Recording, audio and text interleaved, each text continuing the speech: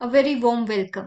हमारे daily answer writing initiative में आज हम पहुंच चुके हैं डे 50 पर। तो it is a proud moment. जो लोग 50 दिन तक इस कोर्स को फॉलो करते आए हैं, रोज दो दो आंसर लिखते आए हैं, तो आप समझिए कि आज आपके ऑलमोस्ट 100 आंसर्स कंप्लीट हो गए हैं। Right. So let us move forward. देखते हैं आज हमें किस सब्जेक्ट से डील करना है, किस टॉपिक से डील करना है। Here we go. आज हमारा टॉपिक है इंडियन फॉरेन पॉलिसी। ठीक है, now this is going to be very interesting. Indian foreign policy जो आईआर है, इंटरनेशनल रिलेशंस है, उसका सबसे बड़ा थीम यही है कि हम अपनी फॉरेन पॉलिसी को कैसे शेप करते हैं। Determinants of foreign policy, institutions of policy making, continuity and change. ये बहुत ही इंपॉर्टेंट सेगमेंट है सिलेबस का। इसमें से हर साल सवाल आते हैं। तो अब इसका मतलब समझिए, ये क्या कह रहे हैं कि इंडिया की विदेश नीति कैसी है, हम दूसरे देशों के साथ कैसे डील करते हैं। तो ऐसा तो नहीं ना कि हम आसपास हमारे कोई दोस्त होते हैं, दुश्मन होते हैं, क्लास में बहुत सारे लोग होते हैं, तो हम उनसे कैसे डील करते हैं। हमारा डील हर किसी के साथ अलग होता है, हर किसी के साथ हमारी डीलिंग अलग होती है। कभी कोई हमारा फ्रेंड होता है, थोड़े टाइम बाद उसके साथ एनिमिटी क्रिएट हो जाती है किसी इशू पर, फिर वो हमारा फ्रेंड बनता है। तो ऐसे अलग अलग सिनेरियो चलता रहता है इंटरनेशनल रिलेशंस में। तो हम एक पॉलिसी के साथ चलते हैं। ऐसा नहीं है कि बस जैसे चीजें आ रही हैं वैसे हम उन्हें डील कर रहे हैं, नहीं। एक प्रॉपर फॉरेन पॉलिसी बनती है। सोचा जाता है कि हम दूसरे देशों के साथ किस तरीके से डील करेंगे, हमारी क्या शर्तें रहेंगी, हम उनकी किन शर्तों को मान लेंगे, किन बातों को मान लेंगे, किस तरीके से अपना कंडक्ट रखेंगे, कैसे अपने आप को प्रेजेंट करेंगे। ये सब चीजें निर्धारित की जाती हैं, एक नीति बनती है, एक पॉलिसी बनती है। और जो जब आप आईएफएस में सेलेक्ट होते हैं, इंडियन फॉरेन सर्विसेज, तब इन चीजों को और इंटीग्रिटी से समझते हैं। चलिए देखें, तो इसमें जो टॉपिक है डिटर्मिनेंट्स ऑफ फॉरेन पॉलिसी। ठीक है, अब इसका ये मतलब है कि क्या चीजें हैं जो डिटरमाइन करती हैं कि हमारी फॉरेन पॉलिसी कैसे होगी। तो बहुत सारी चीजें होती हैं जो इन चीजों को डिटरमाइन करती हैं। थोड़ा सा कंस्ट्रक्शन का काम चल रहा है आसपास, तो प्लीज बियर विद दिस। ठीक है, अब डिटर्मिनेंट्स ऑफ फॉरेन पॉलिसी क्या होता है। डिटर्मिनेंट्स होगी ज्योग्राफी, ठीक है, हिस्ट्री, हिस्टोरिकल रिलेशंस हमारे किसी देश के साथ कैसे हैं, उससे डिटरमाइन होगा कि आज हम अपने उसके साथ फॉरेन पॉलिसी कैसे रख रहे हैं। ज्योग्राफिकली कोई, जैसे हमने बोला ना, नेबरहुड फर्स्ट पॉलिसी है इंडिया की। ठीक है, तो क्यों है नेबरहुड फर्स्ट पॉलिसी, क्योंकि हम ज्योग्राफी की डिमांड को समझ रहे हैं कि भाई ये हमारे एकदम पास है। अटल बिहारी वाजपेयी जी ने क्या कहा था, you can change your friends but you can not change your neighbours. और जब आप चेंज नहीं कर सकते अपने नेबर्स को, तो उनके साथ एक पर्टिकुलर पॉलिसी आपको अपनानी पड़ती है, उनके साथ रिलेशंस आपको रखने पड़ते हैं। इसी बेस पे क्या है, गुजराल डॉक्ट्रिन है। ठीक है, वो भी तो यही कहती है कि अपने नेबर्स के साथ रिलेशंस को अच्छा रखना है, नॉन रेसिप्रोसिटी के बेस पे चलना है, कि उनसे कुछ ज्यादा लेने की उम्मीद ना रखो but you have to help them. ठीक। तो ये आइडियाज क्यों है, अब ये डॉक्ट्रिन्स क्यों बनी, क्योंकि हमने ज्योग्राफी को अंडरस्टैंड किया। तो geography is the determinant in foreign policy. फिर हमारे हिस्टोरिकल रिलेशंस किसी देश के साथ कैसे हैं, जैसे यूएस रशिया है, जब वो यूएसएसआर भी था, तब भी उसके साथ हमने उस एरा में फ्रेंडशिप ट्रीटी साइन की थी, जब हम नैम फॉलो कर रहे थे, नॉन अलाइन मूवमेंट। हम ये बोल रहे थे हम किसी की साइड नहीं है। ठीक है, we are not aligned to any of the poles. उस टाइम भी हमने यूएसएसआर के साथ एक फ्रेंडशिप ट्रीटी करी थी। तो वो हिस्टोरिकल रिलेशंस थे हमारे। आज भी जब भी रशिया के साथ अपने रिलेशंस को देखा जाता है, तो प्रधानमंत्री मोदी क्या बोलते हैं कि every child in India knows that Russia is our best friend. ठीक है, तो वो हिस्ट्री के बेस पे चल रहे हैं वो रिश्ते। इसी तरह और फैक्टर्स होते हैं कि इकोनॉमिकल फैक्टर्स होते हैं, किसी देश के साथ हमारी इकोनॉमी कैसी अलाइंड है। राइट। और इंडिया की खुद की आइडियोलॉजी, जैसे अफ्रीका में हमने किस चीज को, अपार्थाइड मूवमेंट के अगेंस्ट हमने काम किया। ठीक है, वी हेल्प देम। वो जो कलर के बेस पर डिस्क्रिमिनेशन है, रेशियल डिस्क्रिमिनेशन है, उसके अगेंस्ट हम खड़े हुए। क्यों, क्योंकि हमारे खुद के आइडियाज वैसे हैं। हम एक डिस्क्रिमिनेटरी वर्ल्ड ऑर्डर नहीं चाहते हैं। फिर इंडिया की और क्या आइडियोलॉजी है, हम मल्टीपोलैरिटी में बिलीव करते हैं। हम चाहते हैं कि हर किसी की से होनी चाहिए, ज्यादा से ज्यादा कंट्रीज की से होनी चाहिए इंटरनेशनल रिलेशंस में। तो ये कुछ डिटर्मिनेंट्स हैं जिस पर हमारी फॉरेन पॉलिसी डिपेंड करती है। ठीक है, तो ये जो सवाल है, पहला सवाल, इसको देखेंगे। ये सब मैंने इसलिए समझाया ताकि आपको डिटर्मिनेंट वर्ड का मतलब पता लगे कि किस चीज, वो क्या है जो निर्धारित करेगा, ऐसी क्या क्या फैक्टर्स हैं जो हमारी फॉरेन पॉलिसी को शेप करेंगे, निर्धारित करेंगे। ठीक है। फिर इंस्टीट्यूशंस हैं, तो ये ज्यादा इंपॉर्टेंट नहीं है। इसमें सिंपल इंस्टीट्यूशंस हैं कि भाई एक फॉरेन पॉलिसी सेक्रेटेरिएट है, ये सब चीजें। उसके बाद ये इंपॉर्टेंट है, कंटिन्यूटी एंड चेंज। तो जो हमारी फॉरेन पॉलिसी में है उसमें कितनी कंटिन्यूटी दिख रही है पहले से जो हम फॉलो कर रहे थे इंडिपेंडेंट होने के बाद और आज तक। तो क्या क्या सिमिलैरिटीज नजर आ रही है और क्या चेंजेस हुए हैं उसमें। तो ये टॉपिक है एक्सट्रीमली इम्पोर्टेंट, और आपको मजा आएगा ये सब पढ़ने में। It is very interesting. Let us begin. पहला सवाल ये है, हाईलाइट दी चेंजिंग डिटर्मिनेंट्स। अब इस वर्ड का मतलब मैं आपको बहुत अच्छे से समझा चुकी हूँ, है ना। Highlight the changing determinants in foreign policy making of India in the present world of technocratic and neoliberal disruptions. ठीक है। आपको ये बताना है कि क्या कुछ नया डिटर्मिनेंट आया है फॉरेन पॉलिसी में, क्या कोई नया फैक्टर है जो फॉरेन पॉलिसी को शेप कर रहा है आज की इस दुनिया में जहां पे टेक्नोलॉजी और न्यू लिबरलिज्म अपने पीक पर है। ठीक है। तो ये इशारा भी दे रहा है कि हाँ, कुछ नया डिटर्मिनेंट है जो टेक्नोलॉजी और न्यू लिबरलिज्म से रिलेटेड है। सिर्फ 10 मार्क्स का क्वेश्चन है, डायरेक्टली हम इसको एड्रेस करेंगे। चलिए देखें, कीवर्ड क्या है यहाँ पर, फॉरेन पॉलिसी। ठीक। या उसके डिटर्मिनेंट्स, तो किसी भी चीज से स्टार्ट कर सकते हैं। You can begin by defining what are the determinants for foreign policy, पर उससे भी एक ब्रॉड व्यू लें, ऊपर उठें और फॉरेन पॉलिसी को डिफाइन करें। दोनों ही चीजें ठीक है, कोई भी हार्ड एंड फास्ट रूल्स नहीं है। It is all about your creativity. तो यहाँ पर बात है फॉरेन पॉलिसी की। क्या होती है फॉरेन पॉलिसी? एक सेट ऑफ पॉलिटिकल गोल्स है। ठीक है। हम कुछ गोल्स निर्धारित कर लेते हैं। जैसे इंडिया का एक गोल क्या है, हमें जो यूएनएससी की परमानेंट सीट चाहिए हमको। ठीक है। ये हमारा गोल है। विश्व गुरु की अपनी इमेज को बनाए रखना, उस परसेप्शन को बनाए रखना और उस पर खरा उतरना, ये हमारा गोल है। मल्टीलेटरल वर्ल्ड ऑर्डर हो, ये हमारा गोल है। ठीक। तो कुछ पॉलिटिकल गोल्स का सेट होता है that define how a sovereign country.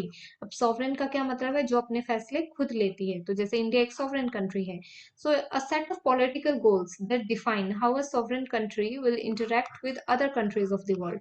कि हम दुनिया के बाकी देशों के साथ कैसे इंटरेक्ट करेंगे, कैसे डील करेंगे, इस सब के जो हम सेट ऑफ पॉलिटिकल गोल्स बना लेते हैं, उसी को कहते हैं फॉरेन पॉलिसी, विदेश नीति। अब जो डिटर्मिनेंट्स की बात हो रही थी, तो काफी चीजें जैसे politics, socio cultural relations, trade, defence ties, ये सब डिटर्मिनेंट्स हैं। अब चलते हैं, जो क्वेश्चन का मेन थीम है वो कह रहा है कि अब ये जो दुनिया है ये है टेक्नोलॉजी की दुनिया, ये है नियो लिबरलिज्म। बेसिक वर्ड ये था, नियो लिबरलिज्म की दुनिया है। तो इसमें हमारी फॉरेन पॉलिसी कैसे इफेक्ट हो रही है। ठीक। अब आप इतना समझें कि नियो लिबरलिज्म से क्या मीनिंग है। ये एक इकोनॉमिक टर्म है जो, जैसे हमने पहले क्या बात करी, कोल्ड वॉर था। कोल्ड वॉर में दो आइडियोलॉजीज थी, लिबरलिज्म थी और दूसरी तरफ कम्युनिज्म था। फिर पोस्ट कोल्ड वॉर, यानी कोल्ड वॉर खत्म होता है और कोल्ड वॉर खत्म होने को फ्रांसिस फुकुयामा क्या कहते हैं, एंड ऑफ द हिस्ट्री हो गया। ठीक है। हमें पता लग गया सबसे अच्छी आइडियोलॉजी लिबरलिज्म है। ठीक है। हालांकि उसकी इस बात पे भी कंटेस्ट उठते हैं, डिबेट्स उठती हैं कि वो सिर्फ अपनी वेस्टर्न आइडियोलॉजीज को प्रमोट करने के लिए बात बोल रहा है। कुछ ये ऐसा नहीं है कि ये बिल्कुल सही बात है, बट ही रिमार्क्स, वो ये रिमार्क करते हैं कोल्ड वॉर जब खत्म होता है, तो ही रिमार्क्स कि liberalism is the end of history. अब वो जो लिबरलिज्म है उसके क्या आइडियाज हैं, उसके आइडियाज ये हैं कि फ्री मार्केट होगी, यानी दुनिया भर की कंट्रीज अपने साथ एक दूसरे के साथ इंटरेक्ट करेंगी, इकोनॉमिक्स में, ट्रेड में कोई बैरियर नहीं होंगे, लेसे फेयर इकोनॉमी होगी, विच मीन्स कि स्टेट जो है उसका कोई बहुत ज्यादा रोल नहीं होगा मार्केट पे। मार्केट फ्री रहेगी, मार्केट अपने हिसाब से चलेगी। मार्केट अपने हिसाब से चलने का मीनिंग है कि डिमांड और सप्लाई के जो फैक्टर्स हैं वो मार्केट को शेप करेंगे। जिस चीज की जितनी डिमांड होगी उतनी सप्लाई कर दी जाएगी। ठीक है। मार्केट में यही होता है ना। अब सरकार आएगी तो सरकार कहेगी जी ये चीज ना इतनी ही प्रोड्यूस होनी चाहिए, हम इसके लिए इतना ही पैसा देंगे। पर जो मार्केट है वो तो डिमांड के बेस पे चलती है, किसी चीज की डिमांड बढ़ेगी तो मार्केट में उसकी प्रोडक्शन भी बढ़ जाएगी। ये होती है फ्री इकोनॉमी या लेसे फेयर इकोनॉमी जिसे हम कहते हैं। तो ये आइडियाज हैं नियो लिबरलिज्म के। अच्छा, एक और चीज है, आप समझे कि आईआर के अंदर इंटरनेशनल रिलेशंस में दो प्रोमिनेंट आइडियोलॉजीज हैं, आपने पढ़ी भी होंगी। एक है आइडियलिज्म या जिसे हम लिबरलिज्म भी, उसी का एक फॉर्म है, और दूसरा है रियलिज्म। ठीक है, जो आइडियलिज्म है ना, ये पीस की तरफ जाने की बातें करते हैं। ये ऐसे आइडियाज लेकर आते हैं कि जिससे एक काइंड ऑफ ये कहते हैं कि अगर आप हमारे आइडियाज फॉलो करोगे तो वर्ल्ड में पीस रहेगी। तो इनके आइडियाज क्या हैं कि कंट्रीज आपस में ज्यादा से ज्यादा इंगेज करें, कम्युनिकेशन ज्यादा हो, और जो है इकोनॉमी इकोनॉमिक रिलेशंस अच्छे डेवलप हों। ये कहते हैं कि जहाँ पे इकोनॉमिक रिलेशंस बहुत स्ट्रांग होंगे दो देशों में, तो वो those two countries will never go for war. फिर ये इकोनॉमिक इंटरडिपेंडेंस की बात करते हैं। फिर ये डेमोक्रेसी की बात करते हैं कि ये भी पढ़ा था ना हमने पहले कि डेमोक्रेसीज जहाँ होंगी वहां वॉर की प्रोबेबिलिटी बहुत कम हो जाती है। तो ये सब आइडियाज हैं आइडियलिज्म या लिबरलिज्म के। दूसरी ओर रियलिज्म है। रियलिज्म ये कहती है, देखो जी सच्चाई ये है कि दुनिया हमेशा war of preparation of war में रहेगी। हमेशा दो देश एक दूसरे के खिलाफ होस्टाइल ही रहेंगे। ठीक है, ये तो रियलिटी है, एनार्की है वर्ल्ड ऑर्डर में। ठीक है, हमें कभी नहीं ऐसा हो सकता कि बहुत ही फ्रेंडली रिलेशंस हो जाएंगे दुनिया भर में सभी देशों के। ठीक है, तो ये रियलिज्म पे बेस्ड है, यानी कि वास्तविकता को बहुत देखती है ये वाली आइडियोलॉजी। ठीक है, कि असल में हो क्या रहा है। तो जब हम बात करते हैं यहाँ पर न्यू लिबरलिज्म की, तो new liberalism is a ideology जो आइडियलिज्म से रिलेटेड है। ठीक है, तो फिर जो नियो लिबरलिज्म है ये आइडियलिज्म से रिलेटेड है। ये क्या बात करते हैं कि आप इकोनॉमिक इंटरडिपेंडेंस इतना बढ़ा लीजिए कंट्रीज के बीच में, जो पोस्ट कोल्ड वॉर एरा में हमें देखने को भी मिल रहा है। इतनी सारी कंट्रीज के बीच में इकोनॉमिक रिलेशंस अच्छे हो रहे हैं। तो ये कहते हैं कि इकोनॉमिक इंटरडिपेंडेंस बढ़ाइए, उससे इंटरकनेक्टेडनेस बढ़ेगी, लोग एक दूसरे को ज्यादा समझेंगे, जानेंगे, पीस का प्रमोशन होगा और कन्फ्लिक्ट कम होगा। ये इनके आइडियाज हैं नियो लिबरलिज्म के। ठीक है, ये प्रोटेक्शनिज्म के अगेंस्ट है।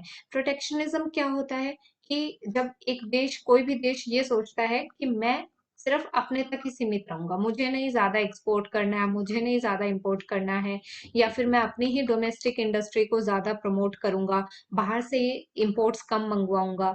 ये जो आइडियाज होते हैं ये प्रोटेक्शनिज्म वाले आइडियाज होते हैं। It is against globalisation.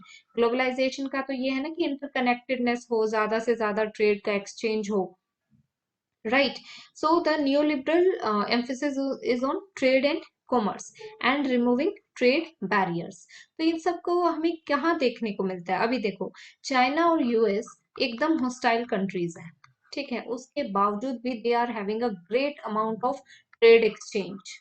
India और चाइना में इश्यूज हैं खूब सारे, उसके बाद भी India and China are having good trade relations. तो ये इकोनॉमी है, ये नियो लिबरल आइडिया है कि इतना कुछ होते हुए भी जो ट्रेड है उसका एक्सचेंज अच्छा चल रहा है, इकोनॉमिक रिलेशंस बढ़िया बने हुए हैं।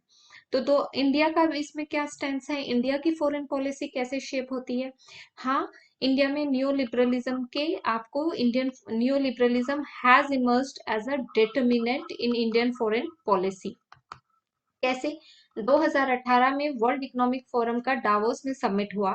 वहां मोदी जी कहते हैं कि we favour trade and we slam protectionism. हम प्रोटेक्शनिज्म के फेवर में नहीं है, हम तो ट्रेड करना चाहते हैं। इंडिया ने 35 प्लस कंट्रीज के साथ या तो एफटीए साइन कर लिया है या उस पर नेगोशिएशंस चल रही हैं। तो एफटीए क्या है? फ्री ट्रेड एग्रीमेंट है। तो ये क्या है? ये दोनों न्यू लिबरलिज्म को प्रमोट कर रहे हैं ये आइडियाज। ठीक है, कि हम बढ़ चढ़कर ट्रेड में हिस्सा ले रहे हैं। बट क्या we have completely move towards new liberalism? नहीं, दूसरा स्टांस भी है। देखिए, हम सॉफ्ट प्रोटेक्शनिज्म अप्लाई करते हैं जहां पे जरूरत होती है। जब इंडिया और चाइना में कन्फ्लिक्ट बहुत ज्यादा बढ़ जाता है तो कहीं ना कहीं इंडिया में वो सेंटिमेंट्स उठते हैं कि हम नहीं चाइना से इंपोर्ट करेंगे, हम अपना ट्रेड कम कर देंगे चाइना से। ठीक है, तो इंडिया में वो मुहिम चल जाती है कि चाइनीज चीजों को बैन किया जाए। राइट, तो कहीं ना कहीं जो ट्रेड है, जो इकोनॉमी है, जो न्यू लिबरलिज्म है, ये और फैक्टर्स पे भी डिपेंड करती है, जैसे दो देशों के आपस में रिलेशंस कैसे हैं। तो जब भी हॉस्टिलिटी बढ़ती है, अब यूएस चाइना में हॉस्टिलिटी बढ़ी तो ट्रेड वॉर हुआ कि नहीं हुआ? ठीक है, तो इस तरह न्यू लिबरलिज्म हम ये नहीं कह सकते कि it is the sole determinant और ये एकदम डोमिनेंट हो गया है। ये आइडियलिज्म का आइडिया है, ठीक है। फिर भी इसके खिलाफ सॉफ्ट प्रोटेक्शनिज्म होती है। अब यूएस ने अमेरिका फर्स्ट का कंसेप्ट चला दिया था कि हम तो अपने लोगों का पहले सोचेंगे, ठीक है। एंटी इमिग्रेंट सेंटिमेंट्स यूरोप में भी है, अमेरिका में भी है, कि जो लोग बाहर से आ रहे हैं उनको हम क्यों ज्यादा जॉब दें, क्यों ज्यादा एम्प्लॉयमेंट दें, हम अपने ही लोगों को एम्प्लॉयमेंट देंगे। तो ये सब क्या है, ये प्रोटेक्शनिज्म है।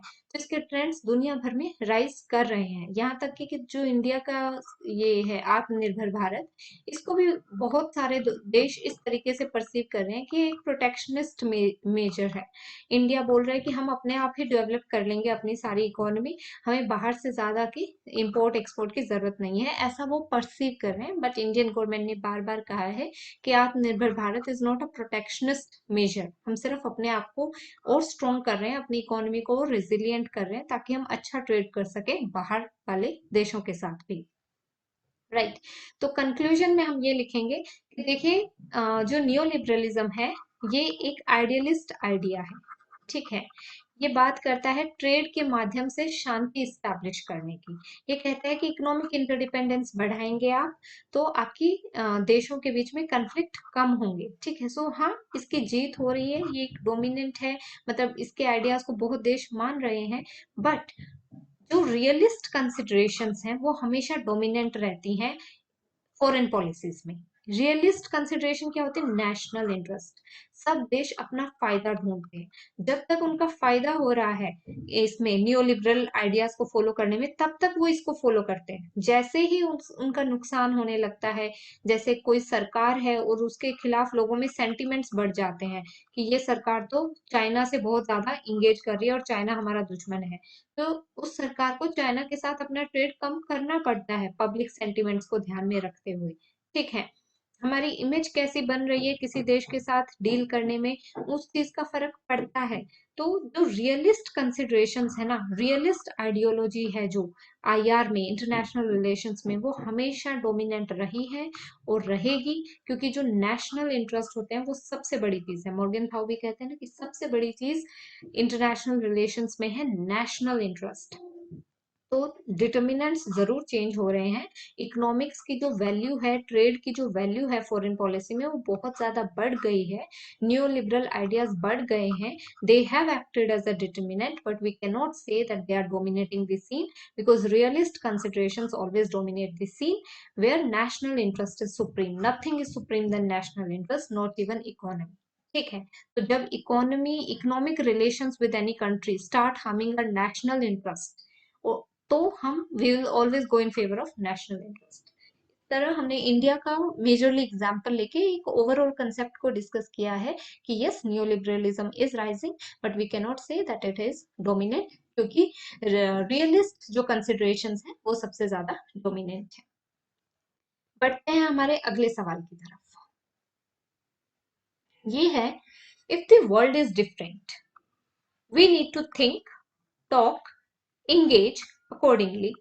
Falling back on the past is unlikely to help with the future. ये स्टेटमेंट है हमारे honourable external affairs minister Shri S Jaishankar ji की, ठीक है।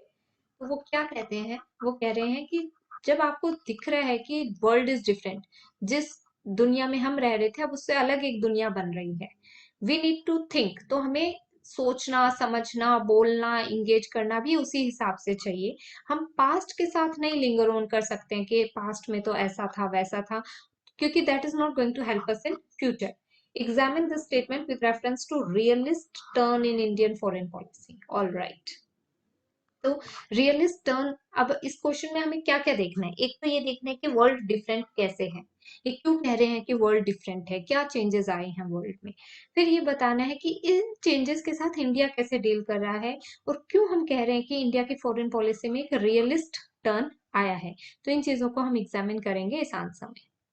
तो जब हम आंसर को स्टार्ट कर रहे हैं तो सबसे पहले बताएंगे कि क्या रैपिड चेंजेस हुए हैं वर्ल्ड ऑर्डर में, क्या चेंजेस देखने को मिले हैं हमें हाल ही के सालों में, रिसेंट डेकेड्स में। देखिए, एक तो जैसे हम पहले बात कर रहे थे कि कोल्ड वॉर के टाइम में कैसा वर्ल्ड था, बाइपोलर वर्ल्ड था, ठीक है, दो धड़ों में दुनिया बटी हुई थी। Post cold war world order में क्या होता है, एक brief American dominance, American hegemony का पीरियड आता है जिसे हम पैक्स अमेरिकना भी कहते हैं। ये बात मैं बहुत बार रिपीट कर चुकी हूँ। तो ये जो फेज आया जहाँ पे अमेरिकन डोमिनेंस हाई होगी, उसके बाद कुछ ऐसे इश्यूज होने लगे जहां से अमेरिकन हेजेमनी का डिक्लाइन स्टार्ट हुआ। ठीक है, उसका अफगानिस्तान से रिटर्न, जो 2008 में ग्लोबल फाइनेंशियल क्राइसिस आए, फिर जो ट्विन टावर्स पे जो अटैक हुआ, उन सब चीजों से क्या देखने को मिल रहा है कि अमेरिकन हेजेमनी डिक्लाइन कर रही है, अमेरिका लीडरशिप लेने से पीछे हट रहा है। ये चेंजेस हो रहे हैं और इसके साथ में क्या हो रहा है, there is rise of China, China का राइज हो रहा है। ठीक है, जब वर्ल्ड वॉर खत्म हुआ, सॉरी कोल्ड वॉर खत्म हुआ, उस टाइम चाइना कोई बहुत सुपर पावर नहीं थी, बट धीरे धीरे धीरे over this years, this 20 years, China has rise, China का राइज हुआ है बहुत बड़े लेवल पर। दूसरा, जैसे जैसे अब हम क्या बोलते हैं, यूएस क्या बोलता है कि China is a revisionist power, जो हमारी ऑलरेडी एस्टैब्लिश्ड डोमिनेंस थी, ये उसको खत्म करना चाह रहा है। ठीक है, तो इस वजह से कन्फ्रंटेशन इंक्रीज हुआ है वर्ल्ड स्टेज पे बिटवीन यूएस एंड चाइना। हमें ये देखने को मिलता है सरेआम, दिस कन्फ्रंटेशन, ट्रेड वॉर हो रहे हैं, दोनों कंट्रीज एक दूसरे के अगेंस्ट काम कर रहे हैं। यूएस इंडो पैसिफिक में आके बोला ना कि world order has shifted from Atlantic, the global theatre has shifted from Atlantic to Indo Pacific. और इंडो पैसिफिक में कौन है, क्यों आए हम, क्योंकि एशियन सेंचुरी बोल रहे हैं, एशिया वाले लोग क्या बोल रहे हैं, अब ये एशियन सेंचुरी, एशिया राइज करेगा। और एशिया राइज करेगा का इसका बहुत बड़ा मीनिंग ये है कि चाइना का राइज हो रहा है। तो यूएस का क्वाड बनाना, ओकस बनाना, ये सब क्या है कि इसके एक्शन है against confronting China, right. And then assertiveness of Russia is increasing, देखने को कहाँ मिल रही है, रशिया यूक्रेन वॉर में दिख रहा है। ठीक है, इतने सारे रेजोल्यूशन पास हो गए रशिया के अगेंस्ट, फिर भी इट इज अनडेटर्ड, वो लगा हुआ है वॉर में। चाइना पाकिस्तान ईरान का एक्सेस डेवलप हो रहा है, ये तालिबान जब से पावर में आया है अफगानिस्तान में, तो this axis has developed, China Pakistan and Iran axis has developed, right. तो इतनी सिचुएशंस में जब वर्ल्ड ऑर्डर में इतने चेंजेस हो रहे हैं, तो इंडिया को एक रियलिटी चेक की जरूरत है। जो हमारी पास्ट में फॉरेन पॉलिसी रही है, हम उसके बेस पे आगे नहीं मूव कर सकते हैं, हमें हमारी फॉरेन पॉलिसी में भी कुछ चेंजेस लेकर आने चाहिए। ठीक है, अब ये आपने एक इंट्रोडक्शन दे दी, इंट्रोडक्शन में आपने क्या बताया, जब वो पहली स्टेटमेंट में एस जयशंकर जी बोल रहे हैं कि द वर्ल्ड इज डिफरेंट, अगर वर्ल्ड चेंज हो रहा है, तो हमने बताया how the world is different. ठीक है, इतना ज्यादा एक्सप्लेन करने की जरूरत नहीं है, it is for the sake कि मैं आप लोगों को समझा रही हूँ। बट आप ये बोल सकते हैं कि in recent decades the world order has seen rapid changes with the rise of China, with the increasing confrontation between US and China, with the assertiveness of Russia, and the development of China-Pakistan-Iran axis after the Taliban takeover of Afghanistan. In such moments, we need a reality check of our foreign policy. ठीक है, अब हम answer की body पे move करेंगे। तो यहाँ पर आप वो स्टेटमेंट उनकी लिख सकते हैं दोबारा से। ठीक है, देख लीजिए, लिखना चाहें तो लिख सकते हैं। Now, falling back on the past won't help, right. अब पास्ट में क्या है कि इंडिया ने आइडियलिज्म की फॉरेन पॉलिसी फॉलो करी है बहुत लंबे टाइम तक। ठीक है, and now we are moving towards a realist foreign policy. क्यों मूव कर रहे हैं, क्योंकि वर्ल्ड ऑर्डर चेंज हो रहा है now. And there are changes not just in हमारी फॉरेन पॉलिसी में, बट हम देख रहे हैं कि अफ्रीका में चेंजेस आ रहे हैं, पूरा एशिया में चेंजेस आ रहे हैं, साउथ अमेरिका में चेंजेस आ रहे हैं। ये जो इंडो पैसिफिक है, ये करेंसी इतनी डेवलप हो गई है। और this is a age of complex interdependence. Complex interdependence मैंने आपको क्या बताया था कि दो देश हैं, वो जियो स्ट्रेटेजिक इश्यूज पे तो एक दूसरे के साथ compete करेंगे, होस्टाइल रहेंगे एक दूसरे के साथ, पर जब बात इकोनॉमिक इश्यूज की आएगी, जियो इकोनॉमिक इश्यूज की आएगी, तो वो एक दूसरे के साथ कोऑपरेशन करने लग जाएंगे, कोऑपरेट करेंगे। यूएस चाइना इसका बहुत ही बेहतरीन एग्जाम्पल है। ठीक है, इवन इंडिया चाइना भी इसका एग्जाम्पल है कॉम्प्लेक्स इंटरडिपेंडेंस का। तो देखो, ऐसा टाइम आ गया है, दो नेशंस एक दूसरे के साथ पूरा होस्टाइल होकर नहीं रिलेशंस बना रही हैं। अब उसी चीज को आगे बढ़ाते हुए हम देखेंगे कि किस तरीके से कॉम्प्लेक्स इंटरडिपेंडेंस हो रही है, या किस तरीके से एक रियलिस्ट वर्ल्ड ऑर्डर क्रिएट हो रहा है।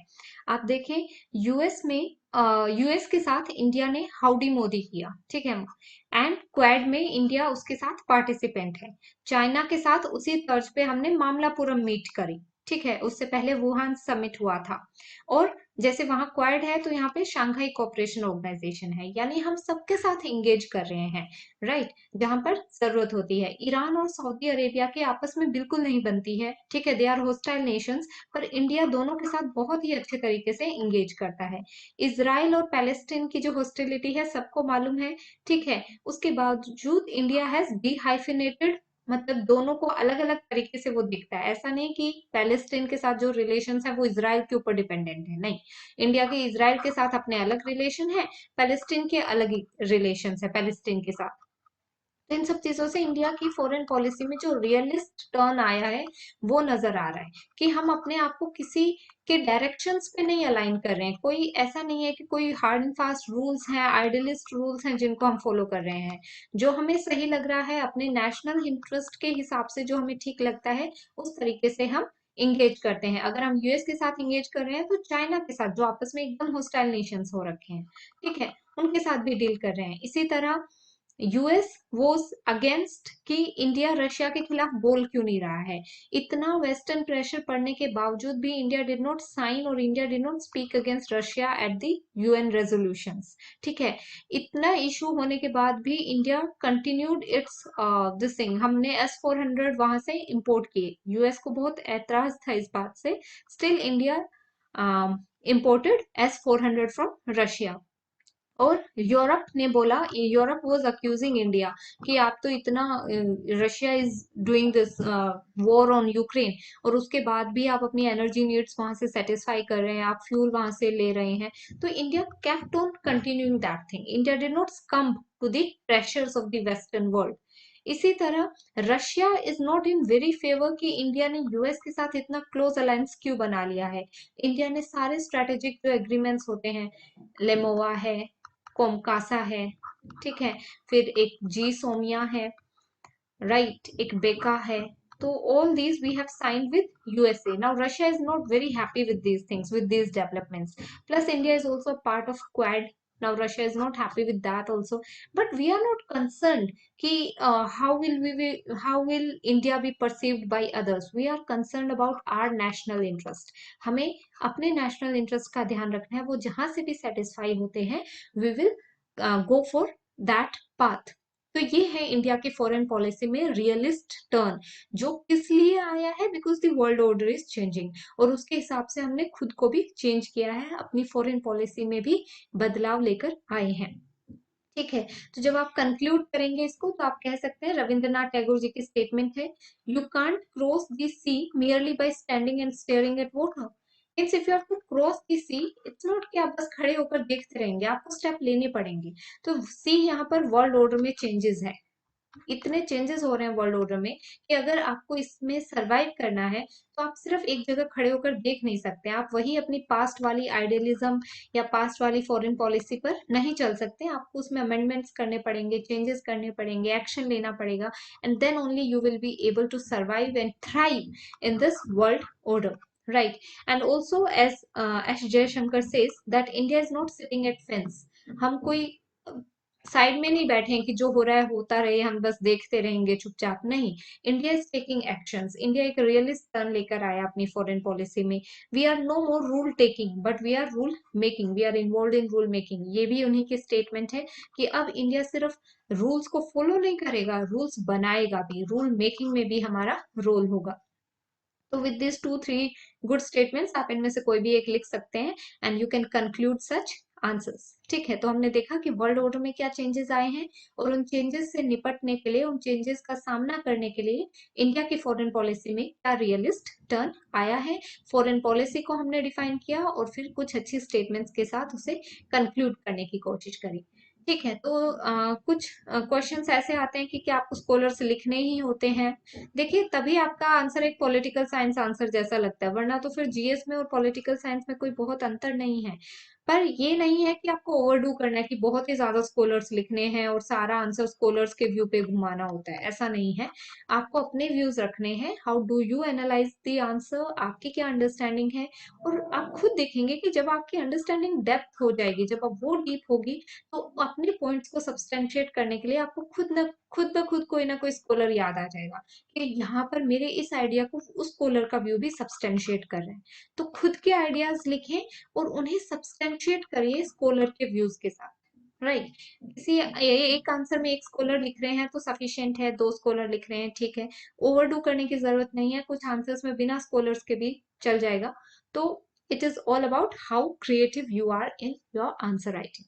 ठीक है। I hope it was a learning session. आप सबको इससे मदद हुई होगी। आप अपने आंसर्स किस तरीके से फ्रेम कर रहे हैं, क्या वो इसी लाइन पे हैं जैसे हम डिस्कस कर रहे हैं, जैसे ये अप्रोच है। Please let us know in the comment section and stay tune to Only IAS. Keep writing. Thank you.